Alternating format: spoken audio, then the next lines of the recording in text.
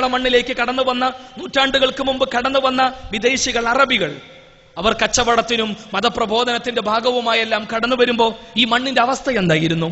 എന്റെ പ്രഭാഷണത്തിന്റെ തുടക്കത്തിൽ ഞാൻ സൂചിപ്പിച്ചതുപോലെ ദുരവസ്ഥ, തൊട്ടുകൂടായ്മയുടെ, തീണ്ടിക്കൂടായ്മയുടെ ഈറ്റില്ലം നമ്മൾ അറിയേണ്ടതുണ്ട്. അവർണ വിഭാഗത്തിൽപ്പെട്ട ഒരു അംഗത്തിന് അങ്ങാടിയിലേക്ക് പോകണമെങ്കിൽ അവൻ ബാക്കിൽ ചൂല് കെട്ടി വെച്ച് നടക്കണം. കാരണം അവൻ നടന്നു പോകുന്ന വഴി അശുദ്ധമാണ്, ചൂലും കൊണ്ട് വൃത്തിയാക്കിക്കൊണ്ടേ പോകണം. സവർണന്റെ വീട്ടിൽ എല്ലുമുറിയ പണിയെടുക്കണം, നേരത്തിന് ഭക്ഷണമില്ല.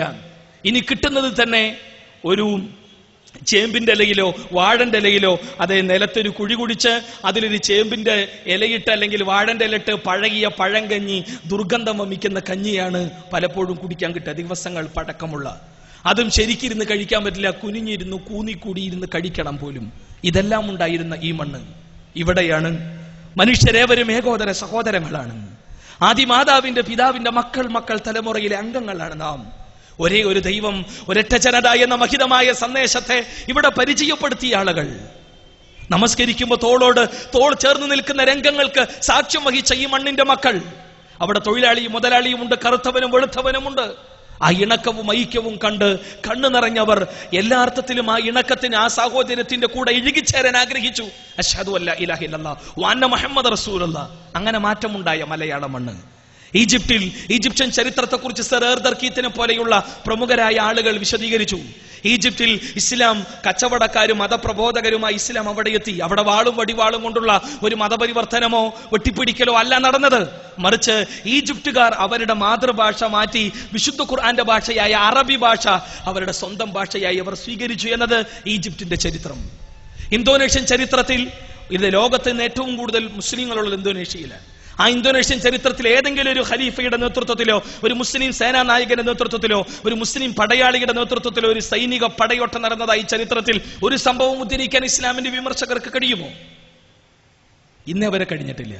മുഗൾ സാമ്രാജ്യത്വ കാലഘട്ടം ഏറെക്കുറെ 600 നൂറ്റാണ്ടിലധികം ഭരിച്ച മുഗളന്മാർ വാളും വടിവാളും കൊണ്ടായിരുന്നു അന്ന് മതപരിവർത്തനം അവിടെ നടത്തിയിരുന്നുവെങ്കിൽ ഇന്ന് ഇന്ത്യയിൽ ഭൂരിപക്ഷവും മുസ്ലിങ്ങളാകുമായിരുന്നു. അങ്ങനെ സംഭവിച്ചില്ല. എന്തേ?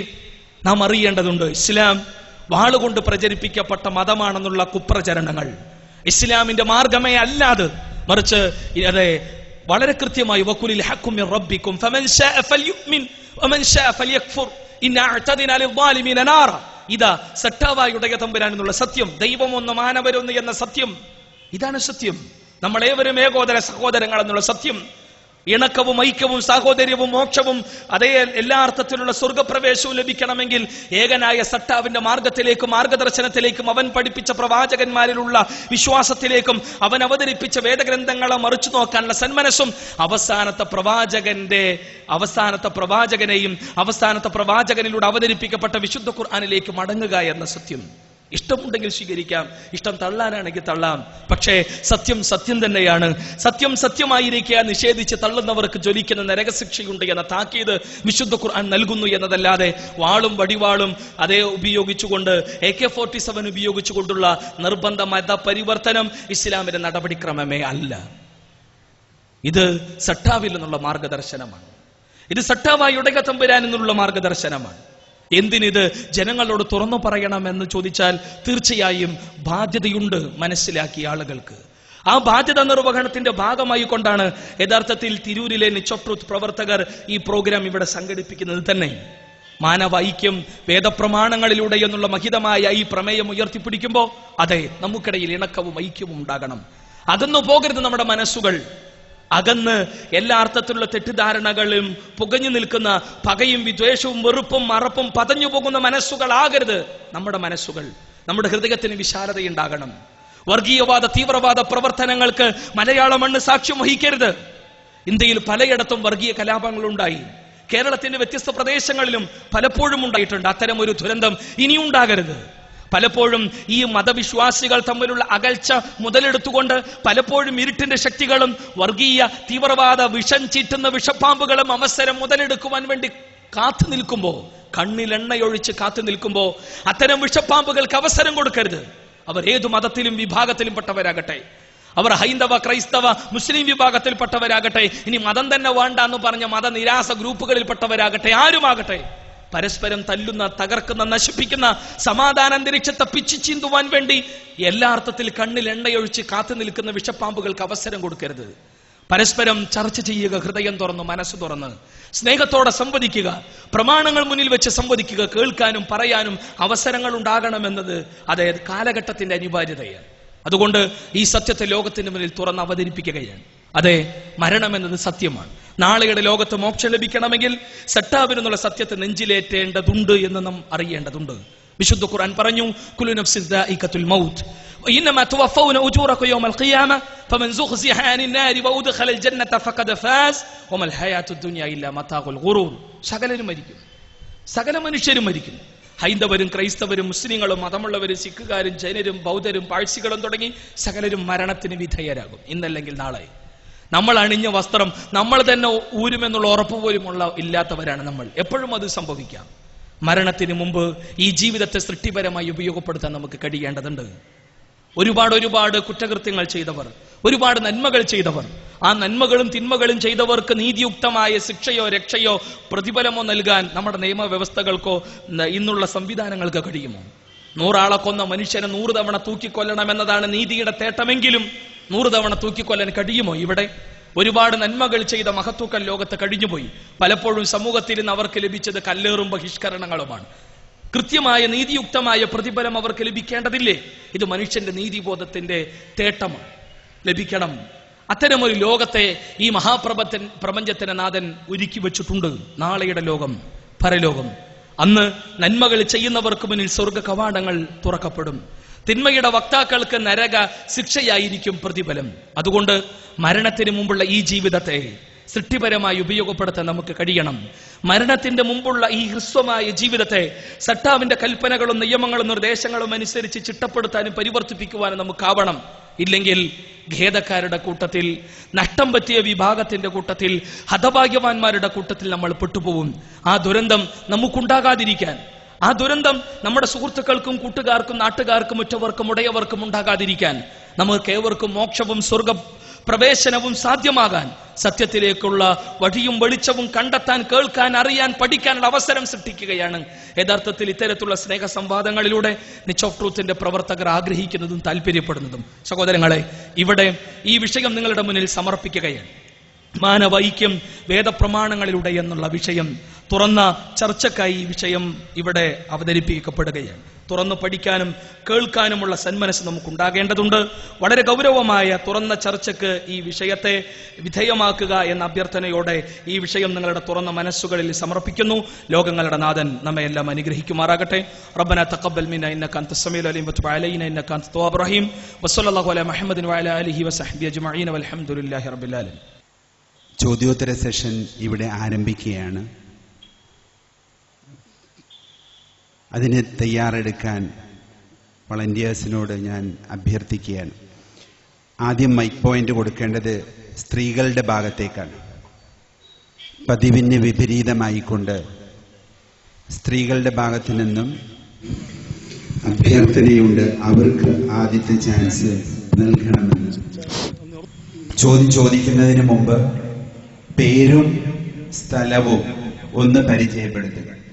പേരും സ്ഥലവും ഒന്ന് പരിചയപ്പെടുത്തുക. എന്നിട്ട് ചോദ്യത്തിലേക്ക് കൃത്യമായി വ്യക്തമായി പ്രവേശിക്കുക.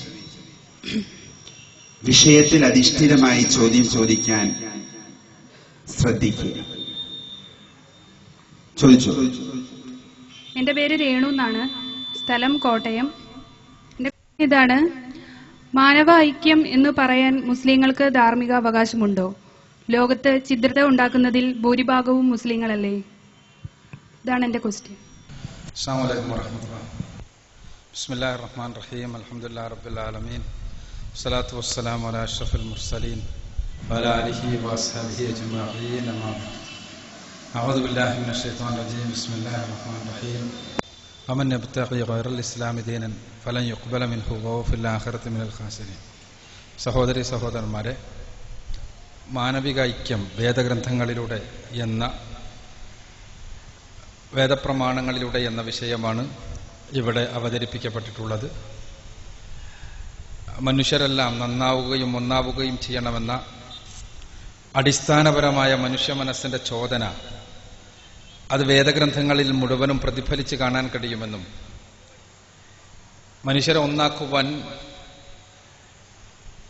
ദൈവിക മാർഗനിർദ്ദേശത്തിനല്ലാതെ മറ്റൊന്നിനും കഴിയില്ല എന്നും ദൈവിക മാർഗനിർദ്ദേശം മുന്നോട്ട് വെക്കുന്നത് സട്ടാവും സംരക്ഷകനുമായ ഏകനായ തമ്പുരാനെ മാത്രം ആരാധിക്കണമെന്ന ആശയവും മരണത്തിന് ശേഷമുള്ള ജീവിതത്തിൽ മനുഷ്യരുടെ നന്മതിന്മകൾക്ക് കൃത്യമായി പ്രതിഫലം നൽകപ്പെടും എന്നുള്ള വസ്തുതയും ആ പ്രതിഫല നാളിൽ രക്ഷപ്പെടണമെങ്കിൽ ഈ ജീവിതത്തെ ദൈവിക മാർഗനിർദ്ദേശങ്ങൾ പ്രകാരം കരുപ്പിടിപ്പിക്കണം എന്ന സന്ദേശവുമാണ് എന്നുള്ള കാര്യങ്ങളാണ് ഇവിടെ സംക്ഷിപ്തമായി അവതരിപ്പിക്കപ്പെട്ടിട്ടുള്ളത്. ഇനി ഈ വിഷയകമായ ചോദ്യോത്തരങ്ങളാണ്. സംശയ നിവാരണത്തിന്റെ വേദിയാണ്, തുറന്ന സംവാദമാണ്. വിഷയസംബന്ധിയായ ചോദ്യങ്ങളും വിമർശനങ്ങളും ഉന്നയിച്ച് ഈ തുറന്ന സംവാദ വേദിയെ സാർത്ഥകമാക്കണമേ എന്ന് ആമുഖമായി തന്നെ അഭ്യർത്ഥിക്കുകയാണ്. ഈ വിഷയം ചർച്ച ചെയ്യുമ്പോൾ ഒന്നാമതായി നമ്മൾ അറിയേണ്ടതും മനസ്സിലാക്കേണ്ടതും ഇക്കാര്യത്തിൽ ഇസ്ലാമിന് എന്ത് പറയാനുണ്ട് എന്നുള്ളത്. ഇസ്ലാമിന് എന്ത് പറയാനുണ്ട് എന്നുള്ളത് വളരെ സമർത്ഥമായും സംക്ഷിപ്തമായും വിഷയാവതരണത്തിൽ ഇവിടെ അവതരിപ്പിക്കപ്പെട്ടു കഴിഞ്ഞു. ഇസ്ലാം പഠിപ്പിക്കുന്നത് മനുഷ്യരെല്ലാവരും സൃഷ്ടികർത്താവായ തമ്പുരാനെ മാത്രം ആരാധിക്കേണ്ടവരാണ് എന്നുള്ളതാണ്. അതുവഴി തന്നെ മനുഷ്യരുടെ ഐക്യമുണ്ടാവുകയാണ്.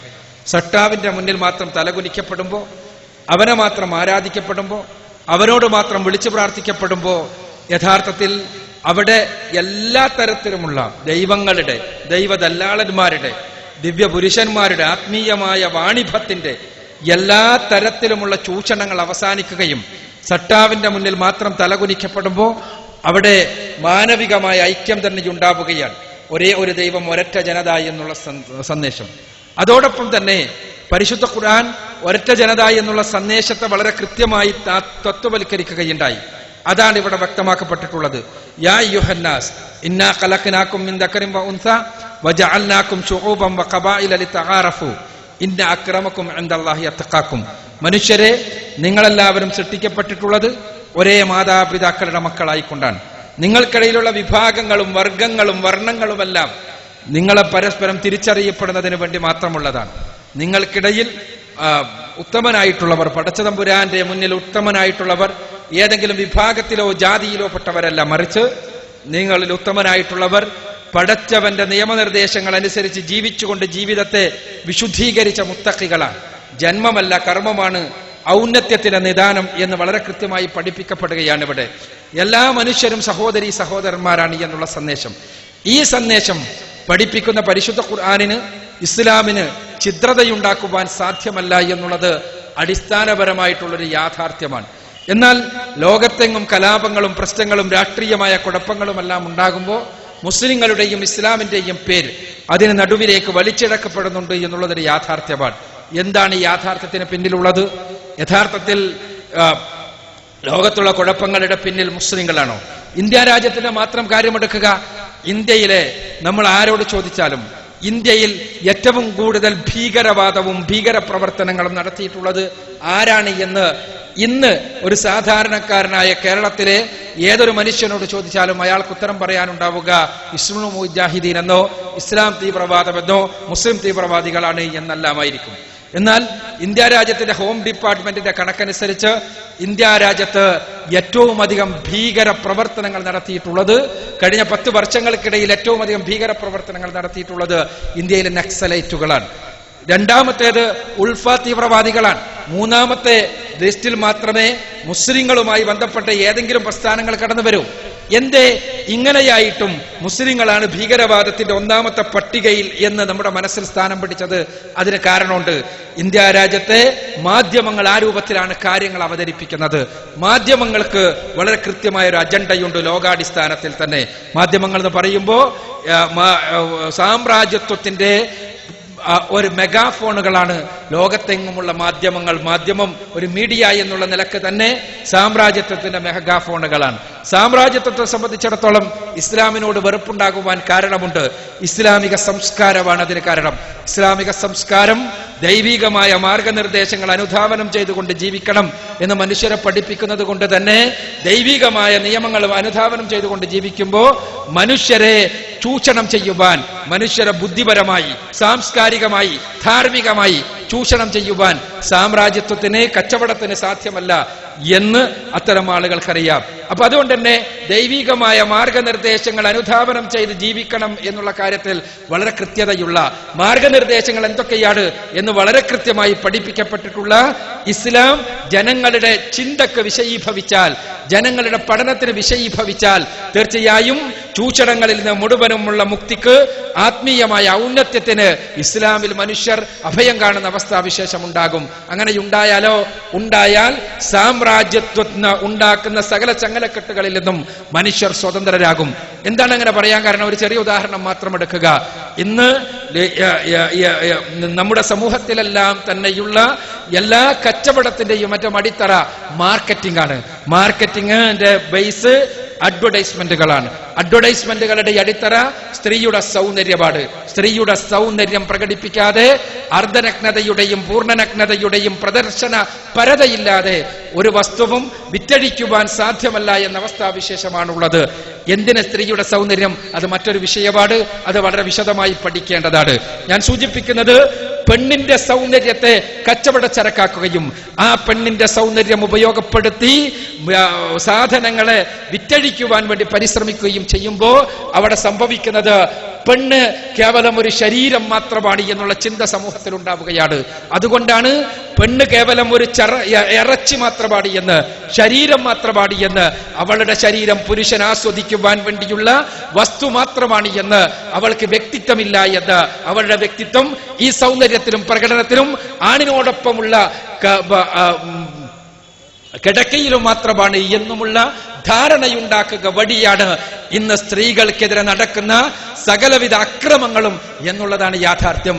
ഡൽഹി ബലാത്സംഗത്തോടനുബന്ധിച്ച് ഈ വിഷയം ചർച്ച ചെയ്യപ്പെടേണ്ടി വരുന്ന അവസ്ഥയുണ്ടായി എങ്കിലും ഇന്ത്യ രാജ്യത്തിലെ ഒന്നാംകിട മാധ്യമങ്ങളൊന്നും അതിനാ തലത്തിൽ ചർച്ച ചെയ്യാൻ സമ്മതിച്ചില്ല എന്നുള്ളതാണ് സത്യം. ഞാനിവിടെ സൂചിപ്പിക്കുന്നത് സ്ത്രീ സൗന്ദര്യത്തെ ഇങ്ങനെ പ്രദർശന വസ്തുവാക്കുക വഴി പെണ്ണിനോട് ക്രൂരത ചെയ്യുന്നു നമ്മുടെ മീഡിയകൾ എന്നുള്ള വസ്തുത പറയാൻ വേണ്ടിയല്ല, മറിച്ച് ഇവിടെ ഇസ്ലാമിക ആദർശം മനുഷ്യ മനസ്സുകൾക്കിലേക്ക് കടന്നു ചെന്നാൽ ഇസ്ലാം പഠിപ്പിക്കുന്നത് സ്ത്രീയുടെ സൗന്ദര്യം കച്ചവട ചരക്കാക്കുന്നതിന് വേണ്ടിയുള്ളതല്ല എന്നാണ്. സ്ത്രീയുടെ സൗന്ദര്യത്തെ ആസ്വദിക്കുവാൻ പാടില്ല എന്നാണ്. ആസ്വദിക്കേണ്ടത് സ്വന്തം പെണ്ണിന്റെ സൗന്ദര്യത്തെ മാത്രമാണ് എന്നാണ്. സ്വന്തം പെണ്ണിന്റെ സൗന്ദര്യത്തെ ആസ്വദിക്കുകയാണ് പുരുഷന്മാർ ചെയ്യേണ്ടത് എന്നാണ് ഇസ്ലാം പഠിപ്പിക്കുന്നത്. അതല്ലാത്ത സന്ദർഭങ്ങളിൽ പരസ്യരംഗങ്ങളിലെല്ലാം തന്നെ തീർച്ചയായും മുഖവും മുൻകൈയും ഒടിച്ചുള്ള സകല ശരീരഭാഗങ്ങളും മറച്ചുകൊണ്ട് ഹിജാബിന്റെ ഉള്ളിലാകണം പെണ്ണ് പ്രത്യക്ഷപ്പെടേണ്ടത് എന്നാണ്. ഈ നിയമങ്ങൾ നടപ്പിലാക്കപ്പെട്ടാൽ മാർക്കറ്റിംഗ് എവിടെ? പെണ്ണിന്റെ ശരീരം വിറ്റുകൊണ്ടുള്ള കച്ചവടം എവിടെ? അതുകൊണ്ട് തന്നെ ഇസ്ലാമിനോട് ഈ മാർക്കറ്റിംഗിന്റെ ആളുകൾക്ക്, കച്ചവടത്തിന്റെ ആളുകൾക്ക് വമ്പിച്ച വിരോധമാണ്. അതുകൊണ്ട് തന്നെ ഇസ്ലാമിനെ തെറ്റിദ്ധരിപ്പിക്കുവാൻ, ഇസ്ലാമിനെ തമസ്കരിക്കുവാൻ വേണ്ടിയുള്ള വളരെ സമർത്ഥമായി അവരുണ്ടാക്കിയ ഒരു പ്രചരണമാണ് സഹോദരി രേണുകയിലൂടെ പുറത്തു വന്നിട്ടുള്ളത്. ഇസ്ലാമും മുസ്ലിങ്ങളും ഛിദ്രത മാത്രമല്ലേ പ്രചരിപ്പിക്കുന്നത് എന്ന്. തീർച്ചയായും മുസ്ലിങ്ങൾക്കിടയിൽ മറ്റ് സമൂഹങ്ങളിലേതുപോലെ തന്നെ ഛിദ്രതയെക്കുറിച്ച് ചിന്തിക്കുന്ന, ഭീകരതയെക്കുറിച്ച് ചിന്തിക്കുന്ന, തീവ്രവാദത്തെക്കുറിച്ച് ചിന്തിക്കുന്ന ഒരു ചെറിയ വിഭാഗമുണ്ട് എന്നുള്ളത് ശരിയാണ്. പക്ഷെ അത് മുസ്ലിം സമുദായത്തിലെ 0.05% താഴെ മാത്രം വരുന്ന ഒരു വിഭാഗമാണ് എന്നുള്ളത് നാം മനസ്സിലാക്കുക. ഇസ്ലാം ഭീകരതയോ തീവ്രവാദമോ അനൈക്യമോ ഛിദ്രതയോ പ്രചരിപ്പിക്കുന്നില്ല. മറിച്ച് ഇസ്ലാം പഠിപ്പിക്കുന്നത് മനുഷ്യർ എല്ലാവരും ഏകനായ സട്ടാവിന്റെ സൃഷ്ടികളാണ് എന്നും അവർ ഏകോദര സഹോദരന്മാരാണ് എന്നുമുള്ള വസ്തുതയാണ്. ജന്മത്തിന്റെ പേരിലുള്ള, വർഗീയതയുടെ പേരിലുള്ള ഒരർത്ഥത്തിലുമുള്ള ഛിദ്രതയെ ഇസ്ലാം പഠിപ്പിക്കുന്നില്ല എന്ന് നാം മനസ്സിലാക്കുക. അടുത്ത ചോദ്യം സഹോദരിമാരുടെ ഭാഗത്ത് നിന്ന് തന്നെ. Mic point.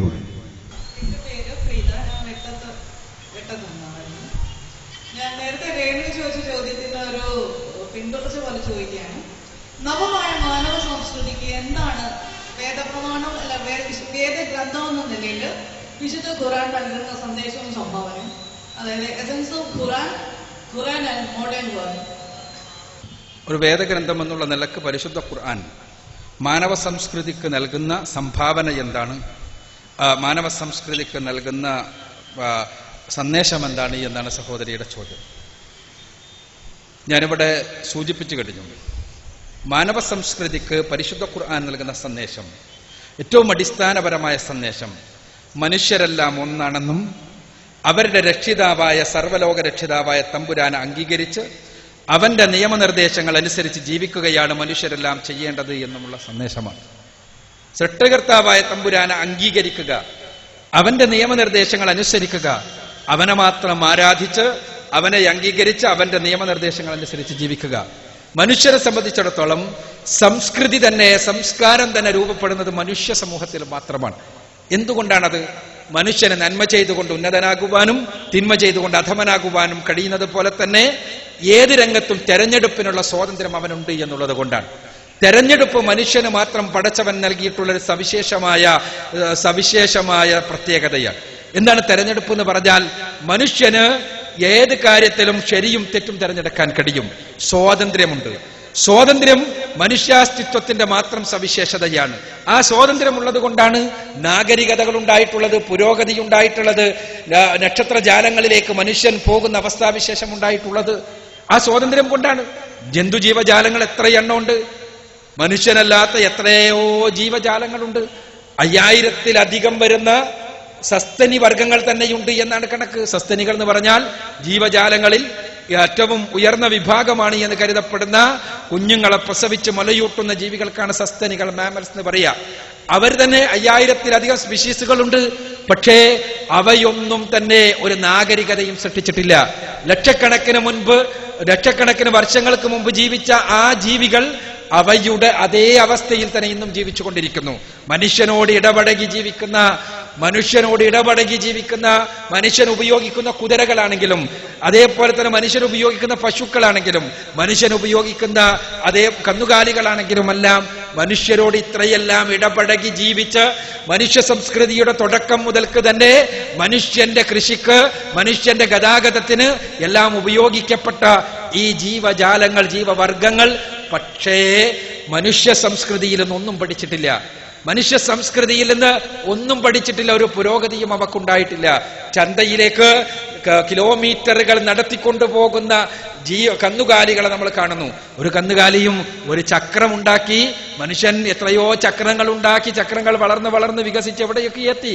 തങ്ങളുടെ കുളമ്പുകൾക്കിടയിൽ ഒരു ചക്രമുണ്ടാക്കി ഫിറ്റ് ചെയ്ത് തങ്ങളുടെ ലക്ഷ്യസ്ഥാനത്തേക്ക് എളുപ്പത്തിൽ എത്തട്ടെ എന്ന് ഒരു കന്നുകാലിയും വിചാരിച്ചിട്ടില്ല, പഠിച്ചിട്ടില്ല, അങ്ങനെ ഒരു ഗവേഷണം നടത്തിയിട്ടില്ല. മനുഷ്യന് മാത്രം അതിന് കഴിയുന്നു. പുരോഗതിയിലേക്ക് പോകാൻ കഴിയുന്നത് പോലെ തന്നെ അധോഗതിയിലേക്കും മനുഷ്യൻ പോകും. 5000-ലധികം ഭൂമികളെ നശിപ്പിക്കുവാൻ ആവശ്യമായ ആയുധങ്ങൾക്ക് മുകളിലാണ് മനുഷ്യൻ കിടന്നുറങ്ങിക്കൊണ്ടിരിക്കുന്നത് എന്നുള്ളതാണ് വസ്തുത, ഇക്കാലഘട്ടത്തിലെ വസ്തുത. ഈ 5000-ഓളം ഭൂമികളെ നശിപ്പിക്കുവാൻ ആവശ്യമായ ആയുധങ്ങൾ ഉണ്ടാക്കാനും മനുഷ്യനെ കഴിയൂ. നക്ഷത്രജാലങ്ങളെ നശിപ്പിക്കുവാൻ ആവശ്യമായ ആയുധങ്ങൾ ഉണ്ടാക്കാനും മനുഷ്യനെ കഴിയൂ. ജീവജാലങ്ങളെ മുഴുവനും മുച്ചൂട് നശിപ്പിക്കാൻ ആവശ്യമായ രൂപത്തിൽ ഭൂമിയെ തന്നെ തകർക്കുവാൻ പറ്റുന്ന രൂപത്തിലുള്ള ആയുധങ്ങളും അപകടങ്ങളും സൃഷ്ടിക്കാനും മനുഷ്യന് മാത്രമേ കഴിയൂ. അപ്പൊ അതുകൊണ്ട് തന്നെ മനുഷ്യന് നന്മ ചെയ്തുകൊണ്ട് ഉന്നതനാകുവാനും തിന്മ ചെയ്തുകൊണ്ട് അധമനാകാനും കഴിയും. അതേപോലെ നാഗരികതകൾ സൃഷ്ടിക്കാനും ഭൂമിയെ തന്നെ നശിപ്പിക്കുവാനും കഴിയും. ഇങ്ങനെയുള്ള മനുഷ്യന് എന്താണ് നന്മ എന്ന് പഠിപ്പിക്കുകയും എന്താണ് തിന്മ എന്ന് കൃത്യമായി മനസ്സിലാക്കി കൊടുക്കുകയും ചെയ്യുന്നു എന്നുള്ളതാണ് പരിശുദ്ധ ഖുർആൻ നൽകുന്ന ഏറ്റവും വലിയ സംഭാവന എന്നുള്ളതാണ് വസ്തുത. ഖുർആൻ നൽകുന്ന, ഇസ്ലാമിക ആദർശം നൽകുന്ന മറ്റ് സംഭാവനകളെല്ലാം ഇതിന്റെ സബ്സിഡറിയാണ്, ഇതിന്റെ അടുത്ത ഘട്ടമാണ്. അഥവാ ഈ സംഭാവനയുടെ സ്വാഭാവികമായ ഉപസംഭാവനകളാണ് എന്നർത്ഥം. അവിടെ ഏത് രംഗത്തെടുത്ത് പരിശോധിച്ചാലും കൃത്യമായ മാർഗനിർദ്ദേശം ലഭിക്കണമോ, കൃത്യമായ നന്മതിന്മകളെ കുറിച്ചുള്ള പാഠം ലഭിക്കണമോ, പരിശുദ്ധ ഖുർആനിലേക്ക്, അതിന്റെ പ്രായോഗിക ജീവിതചര്യയായ പ്രവാചകൻ സല്ലല്ലാഹു അലൈഹി വസല്ലമയുടെ ചര്യയിലേക്ക് കടന്നു പോകേണ്ടി വരും. ഒന്നാമതായി പരിശുദ്ധ ഖുർആൻ. ആ ഖുർആൻ ഓരോ രംഗത്തും മനുഷ്യർക്ക് കൃത്യമായ മാർഗനിർദ്ദേശം നൽകുന്നു. ഇന്ന് ഇന്ത്യ രാജ്യത്തെ വലിയൊരു ചർച്ചയെടുക്കുക. ഇന്ത്യയിലെ വലിയൊരു ചർച്ച ലോട്ടറിയെ കുറിച്ചാണ്. കേരളത്തിലെ തന്നെ വലിയ ചർച്ചയാണല്ലോ. കഴിഞ്ഞ തെരഞ്ഞെടുപ്പിലെല്ലാം ലോട്ടറി രാജാവ്, ഒറ്റ അക്ക ലോട്ടറി, ഒരുപാട് അക്കമുള്ള ലോട്ടറിയെ എങ്ങനെ ഉപയോഗിക്കണം, സർക്കാർ ലോട്ടറി നടത്തണോ അല്ല ഇവർ നടത്തണമോ എന്ന ചർച്ച കഴിഞ്ഞ തെരഞ്ഞെടുപ്പിൽ പ്രൈവറ്റ് പാർട്ടികൾക്ക് ലോട്ടറി കൊടുക്കാൻ പറ്റുമോ എന്നെല്ലാമുള്ള ചർച്ചകൾ നടന്നു. ഇപ്പൊ ഇതാ കേരള പ്രദേശ് കോൺഗ്രസ് കമ്മിറ്റിയും അവർ നയിക്കുന്ന കേരള സർക്കാരും തമ്മിൽ തന്നെ ചെറിയ ചർച്ചയും അഭിപ്രായ വ്യത്യാസങ്ങളും. ഞാൻ രാഷ്ട്രീയം പറയല്ല. എന്താണ് മദ്യവുമായി ബന്ധപ്പെട്ട പ്രശ്നം? 2 നക്ഷത്രമുള്ള ഹോട്ടലുകൾക്ക് ബാർ ലൈസൻസ് കൊടുക്കണോ അതോ 3 നക്ഷത്രമുള്ള ഹോട്ടലുകൾക്ക് കൊടുക്കാൻ പാടൂ? എന്താണ് മദ്യം വിൽക്കുന്ന മദ്യത്തിന്റെ കാര്യത്തിൽ നടപ്പാക്കാൻ കഴിയുന്ന കൃത്യമായ റെസ്ട്രിക്ഷൻസ് എന്താണ്? മദ്യത്തിനെതിരെ നിയമം നടപ്പാക്കിയാൽ ഉണ്ടാകാൻ പോകുന്ന തൊഴിലാളികളുടെ പ്രശ്നത്തിനുള്ള പരിഹാരം എന്താണ്? ഇങ്ങനെ ഒരുപാട് ചർച്ചകൾ. ഇവിടെയെല്ലാം ഏത് രംഗത്താണെങ്കിലും ലോട്ടറി പാടുണ്ടോ ഇല്ലേ, ഇവിടെ എല്ലാവർക്കും ഉത്തരങ്ങൾ ഉണ്ടാകും. ആ ഉത്തരങ്ങൾക്കപ്പുറത്ത് ആ ഉത്തരങ്ങൾക്ക് അവരുടേതായ ബുദ്ധിയുടെ പിൻബലവും ഉണ്ടാകും. ലോട്ടറി പാടുണ്ട് എന്ന് പറയുന്നവർ ആയിരക്കണക്കിന് മനുഷ്യന്മാർ അവരുടെ ജീവിതമാണ് ലോട്ടറി കൊണ്ട് നടക്കുന്നത് എന്ന കാരണം പറയും. അതേപോലെ തന്നെ ലോട്ടറി പാടില്ല എന്ന് പറയുന്നവർ മനുഷ്യരുടെ പാവപ്പെട്ടവന്റെ ആശയെയും കീശയെയും ഒരേപോലെ ചൂഷണം ചെയ്യുന്ന ഏറ്റവും മാനവ വിരുദ്ധമായ ഏർപ്പാടാണ് ലോട്ടറി എന്ന് പറയും. ഇവിടെ ഏതാണ് ശരി, ഏതാണ് തെറ്റ്? വളരെ കൃത്യമായ മാർഗനിർദ്ദേശം ലഭിക്കണമെങ്കിൽ പരിശുദ്ധ ഖുർആനിലേക്ക് പോയേ പറ്റൂ, പ്രവാചകൻ സല്ലല്ലാഹു അലൈഹി വസല്ലമയുടെ സുന്നത്തിലേക്ക് പോയേ പറ്റൂ. ഇവിടെ മദ്യത്തിൽ എന്താത്ര തെറ്റ്? അതൊരു സോഷ്യൽ ഡ്രിങ്ക് ആകുമ്പോൾ എന്താ തെറ്റ്? മദ്യപാനിയായി അപകടം ഉണ്ടാക്കുമ്പോൾ മാത്രമല്ലേ തെറ്റുള്ളൂ. ഒരു സമാധാനത്തിന് വേണ്ടി, ഒരു സാമൂഹ്യാവസ്ഥക്ക് വേണ്ടി, ഒരു ആഘോഷത്തിന്റെ സന്ദർഭത്തിൽ മദ്യം ഉപയോഗിക്കുന്നത് എല്ലാം മറക്കാൻ, ഒന്ന് ആസ്വദിക്കാൻ, ഒന്ന് ആഘോഷിക്കാൻ മദ്യം ഉപയോഗിക്കുന്നതുകൊണ്ട് എന്താ കുഴപ്പം? ഇങ്ങനെ മദ്യത്തിന് അനുകൂലമായ വാദങ്ങൾ ഉണ്ടാകും. മദ്യം അപകടപാട്, അത് കരളിനെ നശിപ്പിക്കും, അത് കുടുംബത്തെ തകർക്കും. ഇങ്ങനെ മദ്യത്തിനെതിരെയുള്ള വാദങ്ങൾ ഉണ്ടാകും. അവിടെ ശരിയോ തെറ്റോ മദ്യം, അതിന് കൃത്യമായ ഉത്തരം ലഭിക്കണമെങ്കിൽ പരിശുദ്ധ ഖുർആനിലേക്ക്, പ്രവാചകൻ സല്ലല്ലാഹു അലൈഹി വസല്ലമയുടെ സുന്നത്തിലേക്ക് പോയേ പറ്റൂ. വസ്ത്രധാരണത്തെ കുറിച്ച് ചർച്ച എല്ലായിടത്തും നടക്കും. കുഴപ്പമുണ്ടാകുമ്പോ ഡൽഹി കൂട്ടബലാത്സംഗം നടന്നപ്പോ വസ്ത്രധാരണവും കാരണമാണ് പെണ്ണിനെതിരെയുള്ള അതിക്രമങ്ങൾക്ക് എന്ന് പറഞ്ഞു. ബോംബെ ഹൈക്കോടതിയിലെ ഒരു ചീഫ് ജസ്റ്റിസ് തന്നെ ഒരിക്കൽ ആ രൂപത്തിലുള്ള ഒരു അഭിപ്രായ പ്രകടനം നടത്തി. അപ്പൊ മാന്യമായ വസ്ത്രം ധരിക്കണം, സംശയമൊന്നുമില്ല. ഏതാ മാന്യമായ വസ്ത്രം?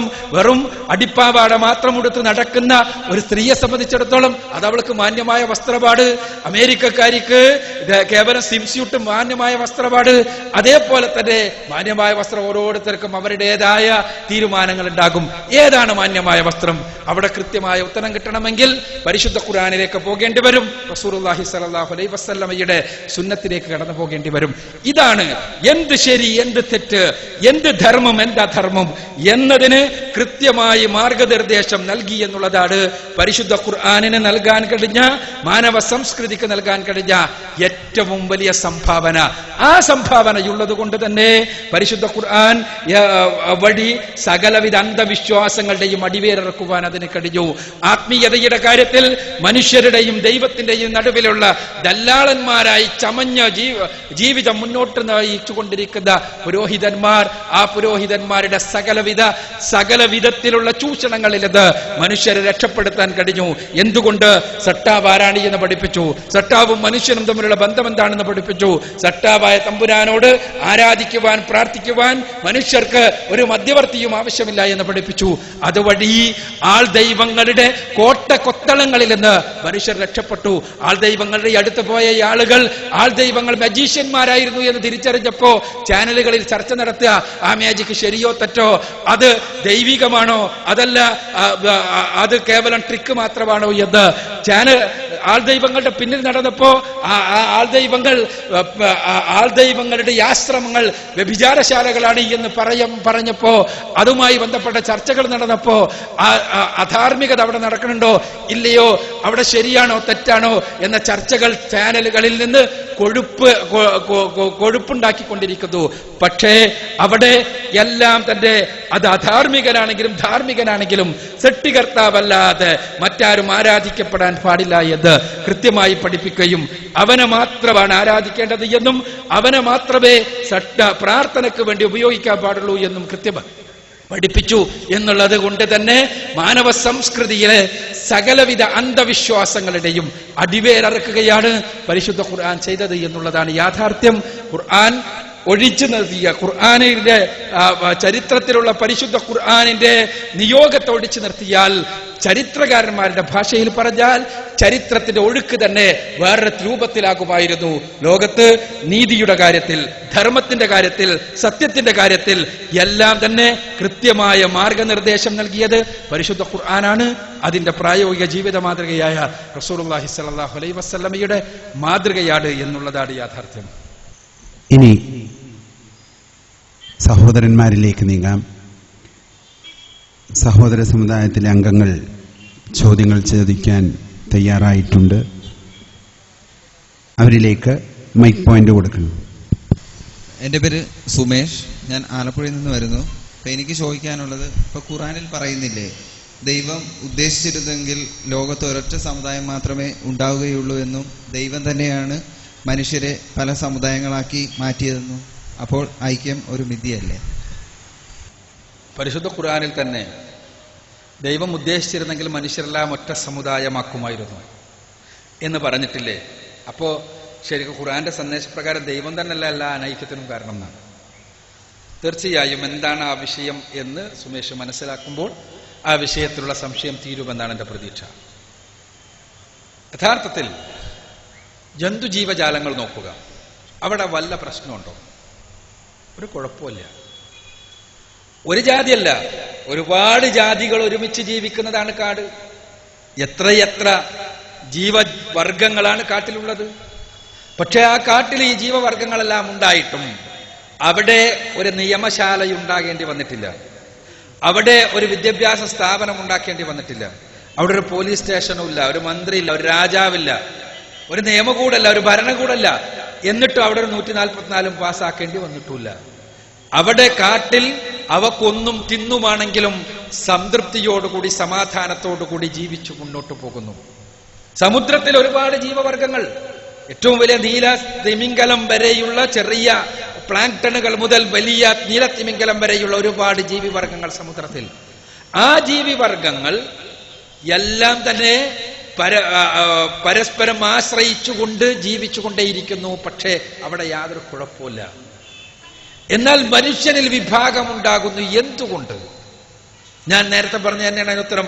മനുഷ്യന് പടച്ച തമ്പുരാൻ സ്വാതന്ത്ര്യത്തിനുള്ള അവകാശം നൽകി, സ്വാതന്ത്ര്യം നൽകി, തെരഞ്ഞെടുപ്പിനുള്ള അവകാശം നൽകി.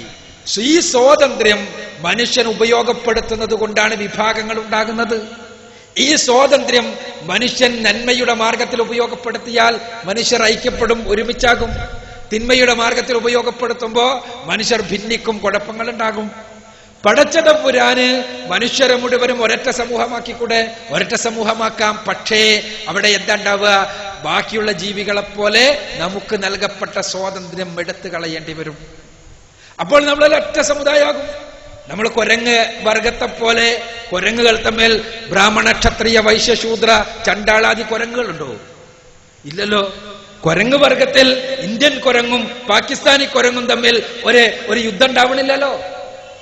കുരങ്ങ് വർഗത്തിൽ അതേപോലെ തന്നെ ഒരു വെളുത്ത കുരങ്ങും ഒരു കറുത്ത കുരങ്ങും തമ്മിൽ ഉച്ചനീചത്വമില്ലല്ലോ. എന്താ ഇല്ലാത്തത്? ഇല്ലാത്തത് എന്തുകൊണ്ടെന്ന് വെച്ചാൽ അവക്ക് സ്വാതന്ത്ര്യമല്ല. അവ നൽകപ്പെട്ട, ശാസ്ത്രത്തിന്റെ ഭാഷയിൽ പറഞ്ഞാൽ ജനിതക കോഡുകളിൽ രേഖപ്പെടുത്തപ്പെട്ട നിയമങ്ങൾ പ്രകാരം അവ മുന്നോട്ട് പോയിക്കൊണ്ടിരിക്കുന്നു. എന്നാൽ മനുഷ്യൻ ഒറ്റ ജീവവർഗ. കുരങ്ങ് ഒരുപാട് സ്പീഷീസുകളുണ്ട്. കുരങ്ങ് വർഗത്തിൽ തന്നെ ഒരുപാട് സ്പീഷീസുകളുണ്ട്. എന്നാൽ മനുഷ്യൻ ഹോമോസാപ്പിയൻ എന്ന ഒരൊറ്റ സ്പീഷീസാ. ആ സ്പീഷീസിനെ ഇന്ത്യക്കാരനും പാകിസ്ഥാൻകാരനുമാക്കിയത്, ആ സ്പീഷീസിനെ ബ്രാഹ്മണനും ക്ഷത്രിയനും വൈശ്യനും ശൂദ്രനുമാക്കിയത്, ആ സ്പീഷീസിനെ വെളുത്തവനും കറുത്തവനുമാക്കിയത് എല്ലാം മനുഷ്യന്റെ ഈ സ്വാതന്ത്ര്യമാണ്. പടച്ചതമ്പുരാൻ വിചാരിച്ചിരുന്നെങ്കിൽ മനുഷ്യന്റെ ഈ സ്വാതന്ത്ര്യം എടുത്തു കളയാൻ കഴിയുമായിരുന്നു. എന്നിട്ട് മനുഷ്യന് ഒരേ രൂപത്തിലാക്കാൻ കഴിയുമായിരുന്നു. മനുഷ്യൻ എല്ലാവരും ഒരേ രൂപത്തിൽ, എല്ലാവരും ഒരേ കാര്യം ചെയ്യുന്നവർ, ജീവികളെ പോലെ തന്നെ എല്ലാവരും ഒരേ രൂപത്തിൽ വീട് നിർമ്മിക്കുന്നവർ, എല്ലാവർക്കും ഒരേ ധർമ്മം, ആ രൂപത്തിലാക്കാൻ കഴിയുമായിരുന്നു. പക്ഷേ മനുഷ്യൻ അങ്ങനെ പടച്ചവനാക്കിയിട്ടില്ല. എന്തുകൊണ്ട്? മനുഷ്യനെ പരീക്ഷിക്കുവാൻ വേണ്ടി, മനുഷ്യന് സ്വാതന്ത്ര്യം നൽകി, മനുഷ്യന് സവിശേഷമായ അസ്തിത്വം നൽകി, നന്മ തിന്മകളെ തെരഞ്ഞെടുക്കുവാനുള്ള സ്വാതന്ത്ര്യം മനുഷ്യന് നൽകി. അതുകൊണ്ടാണ് മനുഷ്യർക്കിടയിലുള്ള ഉച്ചനീചത്വങ്ങളും കുഴപ്പങ്ങളുമെല്ലാം ഉള്ളത്.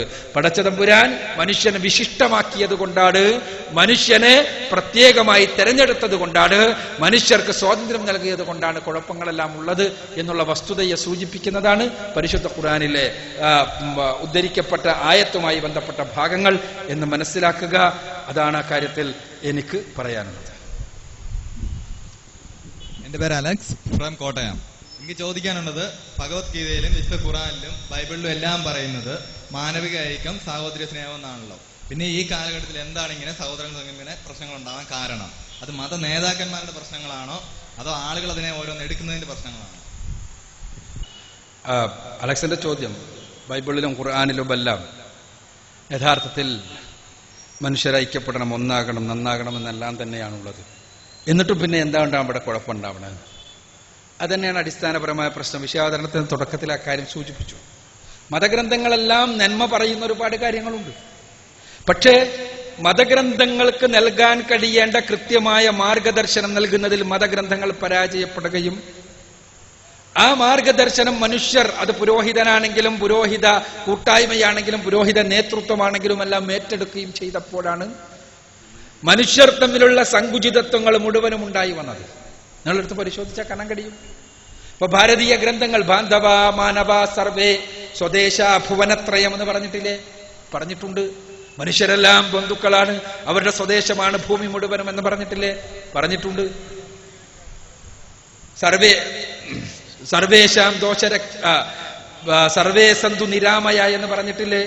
എല്ലാവർക്കും സഹോദരങ്ങളായിട്ടാണ് ജീവിക്കേണ്ടത്, ഒരു രോഗം ഒരാൾക്കുണ്ടാകാൻ പാടില്ല എന്ന്. വസുധൈവ കുടുംബകമല്ലേ പറഞ്ഞിട്ടുള്ളത്? ഈ ഭൂമി മുഴുവൻ ഒരു കുടുംബമാണ് എന്ന് എല്ലാം പറഞ്ഞിട്ടുണ്ട്.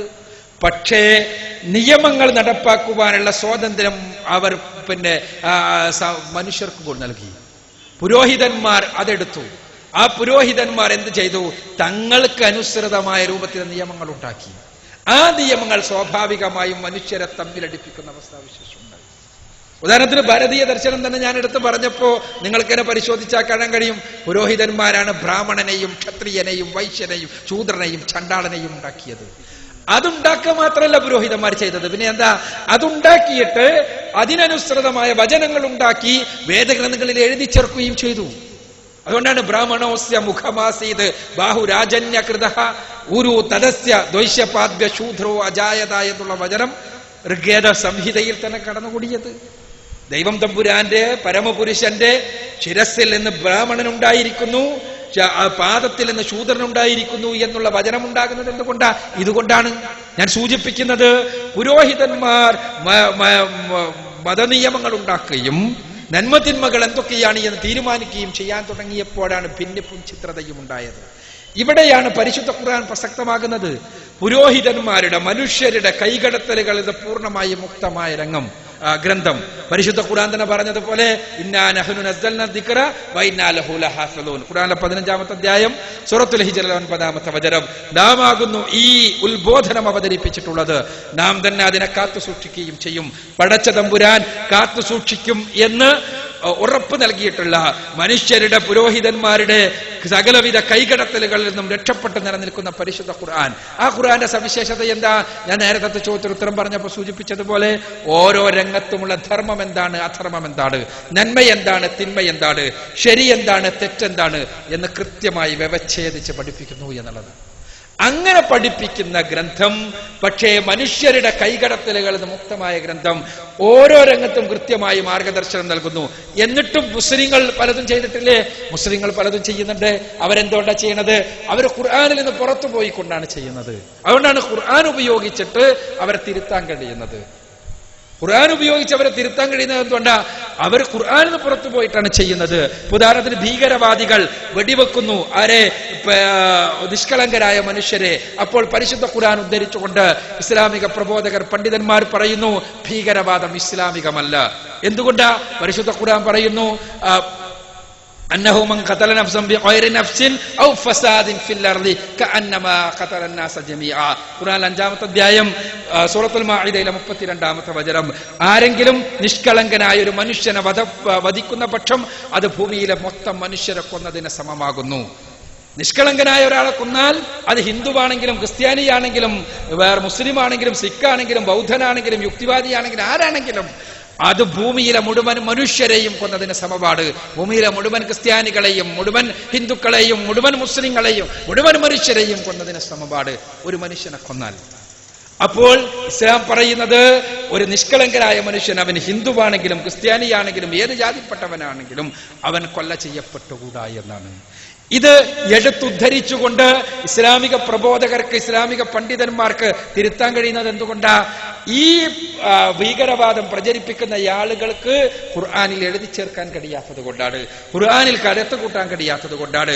മറ്റുള്ള സമൂഹത്തിൽ സംഭവിച്ചത് പുരോഹിതന്മാർ എഴുതിയുണ്ടാക്കിയ മതനിയമങ്ങൾ ആ കാലഘട്ടത്തിന് അനുസൃതമായി, സ്വന്തം താല്പര്യങ്ങൾക്ക് അനുസൃതമായി ഒരുമിച്ച് കൂടുകയും ആ മതനിയമങ്ങൾ മനുഷ്യർക്ക് പ്രയാസകരമായി ഭവിക്കുകയും ചെയ്തു എന്നുള്ളത് കൊണ്ടാണ്. അതുകൊണ്ടാണ് കൃത്യമായി ദൈവികമെന്ന് ഉറപ്പുള്ള മാർഗനിർദ്ദേശമാണ് മനുഷ്യരെ ഐക്യപ്പെടുത്തുവാൻ, മനുഷ്യരെ ഒന്നാക്കുവാൻ, മനുഷ്യരെ നന്നാക്കുവാൻ മനുഷ്യർ എല്ലാവരും അനുധാവനം ചെയ്യേണ്ടത് എന്ന് പറയുന്നത്. ദൈവികമെന്ന് 100% ഉറപ്പുള്ള, മനുഷ്യരുടെ കൈകടത്തലുകളിൽ നിന്ന് പൂർണ്ണമായി മുക്തമായിട്ടുള്ള ഒരൊറ്റ വചനമെങ്കിലും ഒരൊറ്റ അക്ഷരമെങ്കിലും മനുഷ്യരുടേതായി പ്രവാചകന്റേതും പോലുമായി ഇല്ലാത്ത സൃഷ്ടികർത്താവിൻ്റെത് മാത്രമായ ഗ്രന്ഥമാണ് പരിശുദ്ധ ഖുർആൻ. ആ ഖുർആനിനെ അറിയുകയും മനസ്സിലാക്കുകയും ചെയ്യണം എന്ന് പറയുന്നത് അതുകൊണ്ടാണ്. അടുത്ത ചോദ്യം, മൈക്ക് പോയിന്റ് കൊടുക്കും. എൻ്റെ പേര് മനോജ് എന്നാണ്. ഞാൻ കോഴിക്കോട് നിന്ന് വരുന്നു. കൊലയ്ക്ക് പകരം കൊല, കണ്ണിന് പകരം കണ്ണ്, മൂക്കിന് പകരം മൂക്ക് എന്നിങ്ങനെ പ്രതികാരം ചെയ്യുവാൻ ഖുർആൻ പറയുന്നു. അതേസമയം മനുഷ്യരോട് പൊറുക്കുവാനും ഖുർആൻ തന്നെ പറയുന്നു. ഇത് തമ്മിലൊരു വൈരുദ്ധ്യമില്ലേ? സഹോദരൻ മനോജിന്റെ ചോദ്യം വളരെ പ്രസക്തമാണ്. കൊലക്ക് പകരം കൊല എന്നുള്ള വിശുദ്ധ ഖുർആനിന്റെ ആയത്ത് ഒരു വശത്ത്, അതോടൊപ്പം മറ്റൊരു വശത്ത് ഐക്യത്തെക്കുറിച്ചുള്ള, കാരുണ്യത്തെക്കുറിച്ചുള്ള, സമാധാനത്തെക്കുറിച്ചുള്ള വർത്തമാനങ്ങൾ. ഇതിൽ തമ്മിൽ വൈരുദ്ധ്യങ്ങളില്ലേ എന്നാണ് സഹോദരന്റെ ചോദ്യം, അല്ലേ? വളരെ പ്രസക്തമാണ് ചോദ്യം. നാം അറിയുക, ഇവിടെ നേരത്തെ വിശദീകരണത്തിൽ തന്നെ മാനവ ഐക്യത്തെക്കുറിച്ചും മാനവ സാഹോദര്യത്തെക്കുറിച്ചും വളരെ വിശദമായൊരു വിശദീകരണം നമ്മൾ കേട്ട് കഴിഞ്ഞതാണ്. അതോടൊന്ന് തുടർന്നുള്ള ചോദ്യോത്തര സെഷനിലും മാനവ ഐക്യത്തെയും സാഹോദര്യത്തെയും ഇസ്ലാം നോക്കിക്കാണുന്നത് എങ്ങനെയാണെന്നും ആ രംഗത്തുള്ള കൃത്യമായ ഇസ്ലാമിന്റെ ഇടപെടലുകളും നടപടിക്രമങ്ങൾ എന്തൊക്കെയാണെന്നും 1-2 ചോദ്യ വിശദീകരണങ്ങളിലും ഇവിടെ നമ്മൾ കേട്ടു. ഇവിടെ നാം മനസ്സിലാക്കേണ്ടത് ശിക്ഷാ നടപടികളുമായി ബന്ധപ്പെട്ട വിശുദ്ധ ഖുർആന്റെ വരികളാണ്. നമ്മൾ അറിയുക, നീതിയുക്തമായ ശിക്ഷാ നടപടികൾ സ്വീകരിക്കപ്പെട്ടിട്ടില്ല എങ്കിൽ അതിക്രമകാരികൾക്ക് പിന്നെയും അതിക്രമങ്ങൾ ചെയ്യാനുള്ള പ്രചോദനവും ആവേശവുമാകും അത്. അതുകൊണ്ട് തന്നെ ഇസ്ലാം നീതിയുക്തമായ ശിക്ഷാ നടപടികൾ സ്വീകരിക്കണമെന്നും തിന്മ ആര് ചെയ്താലും, തിന്മ ഏത് വിഭാഗത്തിൽപ്പെട്ടവൻ ചെയ്താലും, അവൻ സമ്പന്നനാകട്ടെ, അതല്ല ഉന്നത കുലത്തിലെ അംഗമാകട്ടെ, ഉന്നത തറവാടിയാകട്ടെ, ആരുമാകട്ടെ, നീതിയുക്തമായ ശിക്ഷാ നടപടികൾ സ്വീകരിക്കപ്പെടേണ്ടതുണ്ട്. അതുകൊണ്ടാണ് ഇസ്ലാം പ്രത്യേകിച്ച് ശിക്ഷാ നടപടികളുടെ വിഷയങ്ങളിൽ, പ്രത്യേകിച്ച് മോഷണവുമായി ബന്ധപ്പെട്ട വിശുദ്ധ ഖുർആനിന്റെ ശിക്ഷാ നടപടികളാകട്ടെ, അതേപോലെ തന്നെ കൊലയുമായി ബന്ധപ്പെട്ട വിശുദ്ധ ഖുർആന്റെ ശിക്ഷാ നടപടികളാകട്ടെ നീതിയുക്തമാണ്. പലപ്പോഴും കൊലയാളിയുടെ ഭാഗത്ത് നിന്ന് മാത്രം ചില ആളുകൾ കാര്യങ്ങൾ നോക്കിക്കാണുമ്പോൾ ഇസ്ലാം കൊല്ലപ്പെട്ടവന്റെ മാനസികാവസ്ഥയിൽ നിന്ന് കാര്യങ്ങളെ നോക്കിക്കാണുകയും കൊല്ലപ്പെട്ടവന്റെ കുടുംബത്തിന്റെ മാനസികാവസ്ഥയിൽ നിന്ന് കാര്യങ്ങളെ നോക്കിക്കാണുകയും ഇനി ഇതുപോലുള്ള കൊലകൾ ആവർത്തിക്കപ്പെടാതിരിക്കാനുള്ള കർക്കശമായ ശിക്ഷാ നടപടികളും നിയമങ്ങളും ഇസ്ലാം മുന്നോട്ട് വെക്കുന്നുണ്ട്. ഇസ്ലാമിക രാഷ്ട്ര സംവിധാനത്തിന്റെ കീഴിൽ ഒരു കൊല നടന്നാൽ കൃത്യമായി കൊലയാളി ആരെന്ന് ബോധ്യപ്പെട്ടാൽ, തെളിയിക്കപ്പെട്ടാൽ കൃത്യമായി മാതൃകാപരമായി നീതിയുക്തമായി വധശിക്ഷക്ക് അദ്ദേഹം വിധേയമാക്കപ്പെടും. ആ രംഗത്ത് കൊലയാളിയെ ആ വധശിക്ഷയിൽ നിന്ന് രക്ഷപ്പെടാനുള്ള ഒരു വഴിമാർഗവുമില്ല. രാഷ്ട്ര സംവിധാനത്തിന് പോലും ഇളവ് കൊടുക്കാനുള്ള വകുപ്പില്ല. ആകെ ഒരു ഇളവ് കൊടുക്കാനുള്ള വകുപ്പാകട്ടെ ഈ കൊല ചെയ്യപ്പെട്ടവന്റെ കുടുംബത്തിനാണ്. കൊല ചെയ്യപ്പെട്ടവന്റെ കുടുംബം തന്റെ മകനെ അല്ലെങ്കിൽ തന്റെ ഭർത്താവിനെ അല്ലെങ്കിൽ തന്റെ സഹോദരനെ കൊന്ന കൊലയാളിക്ക് ഞങ്ങളിതാ മാപ്പ് നൽകുന്നു എന്നുള്ള പ്രഖ്യാപനത്തിലൂടെയല്ലാതെ ഇസ്ലാമിക രാഷ്ട്ര സംവിധാനത്തിൽ നിന്ന് ഒരിക്കലും കൊലയാളിക്ക് രക്ഷപ്പെടാൻ കഴിയില്ല. ഇസ്ലാമിക രാഷ്ട്ര നേതൃത്വത്തിന് പോലും അങ്ങനെ ഇളവ് കൊടുക്കാനുള്ള വകുപ്പില്ല. അതുകൊണ്ട് തന്നെ പലപ്പോഴും നമുക്കിടയിൽ ഈ അടുത്ത കാലത്ത് ബാംഗ്ലൂരിൽ നടന്ന ഒരു സംഭവം വാർത്താമാധ്യമങ്ങളിലൂടെ നമ്മൾ കേട്ടു. 2-3 ചെറുപ്പക്കാരെ പോലീസുകാർ അറസ്റ്റ് ചെയ്തു. കാരണം കൊലക്കുറ്റമാണ്. എങ്ങനെയാണ് ഇവർ കൊല ചെയ്യുന്നത്? എന്തിനു വേണ്ടിയാണ് ഇവർ കൊല ചെയ്യുന്നത്? ബാംഗ്ലൂരിലെ ചില തെരുവുകളിൽ രാത്രികാലങ്ങളിൽ ജോലി കഴിഞ്ഞ് മറ്റാവശ്യങ്ങൾ കഴിഞ്ഞ് തിരിച്ച് വീട്ടിലേക്ക് വന്നുകൊണ്ടിരിക്കുന്ന ബൈക്കിൽ സഞ്ചരിച്ചു കൊണ്ടിരിക്കുന്ന യാത്രക്കാരെ റോഡിന് കുറുകെ പ്രത്യേക കമ്പിയിട്ട് തടഞ്ഞു നിർത്തി അതിൽ ബ്ലോക്കിൽപ്പെട്ട് ബൈക്കുകാരൻ തെറിച്ചു വീഴുകയും തലയടിച്ച് മരിച്ചു പോവുകയും ചെയ്യുന്ന ഘട്ടങ്ങൾ. മാത്രമല്ല, ഇങ്ങനെ തെറിച്ചു വീഴുന്ന ബൈക്കുകാരൻ ചോരയൊലിച്ച് റോഡിൽ പെടഞ്ഞുകൊണ്ടിരിക്കുമ്പോൾ അവന്റെ പോക്കറ്റിലെ പേഴ്സിൽ നിന്ന് പണം അടിച്ചു മാറ്റുവാൻ വേണ്ടിയാണ്, പണം കവരുവാൻ വേണ്ടിയാണ് ഇവരെല്ലാം ഈ നടപടികൾ ചെയ്യുന്നത്. അങ്ങനെ ഒരുപാട് രാത്രികാല ബൈക്ക് യാത്രക്കാരെ കൊന്നു കൂട്ടിയ ഈ ചെറുപ്പക്കാർ അവർ തന്നെ പറയുന്നു, ചില ബൈക്കുകാരുടെ പേഴ്സിൽ നിന്ന് കിട്ടുക 50 രൂപ. 50 രൂപക്ക് വേണ്ടി ഒരു കൊല നടത്തുന്നു. 50 രൂപക്ക് വേണ്ടി 3 മക്കളുടെ പിതാവിന്റെ ജീവൻ എടുക്കുന്നു. 50 രൂപക്ക് വേണ്ടി ഒരു സഹോദരി